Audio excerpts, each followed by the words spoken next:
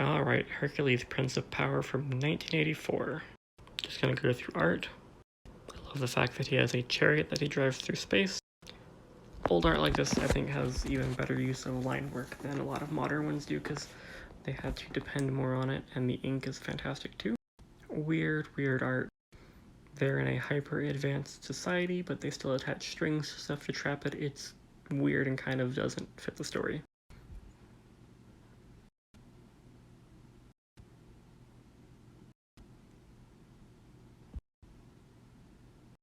Alright, so this is a really weird comic. Doesn't really fit anywhere in the Marvel that I can see, because I think they're like thousands of years ahead of what even current continuity would be.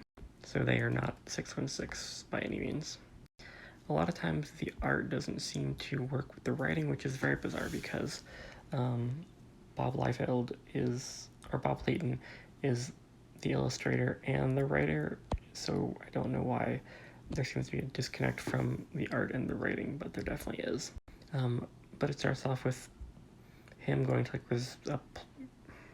just a planet, being kind of a douche bro kind of guy, tries to hit on a woman, turns out to be this Skrull right here, and they escape from the planet because the Skrulls are hated, super racism, and they're chased off the planet.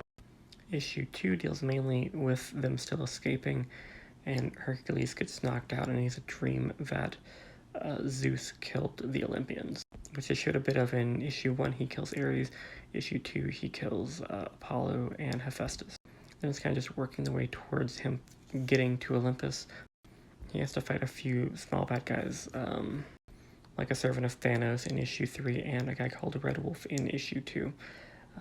They're not very remarkable though, but in issue 3 has the Nega bands from Captain Marvel. Makes them powerful but still defeatable. So he gets to Olympus, he fights Zeus, finds out this is all just a test, and he passes the test. And he gets the Pearl of Power, and he can go to another dimension, I believe Zeus said, which I would imagine would be something like the 616, because all the Olympians are gone from this universe now. I didn't really enjoy the story. If you're into old stuff like this, definitely read it. If you're into campiness, definitely read it.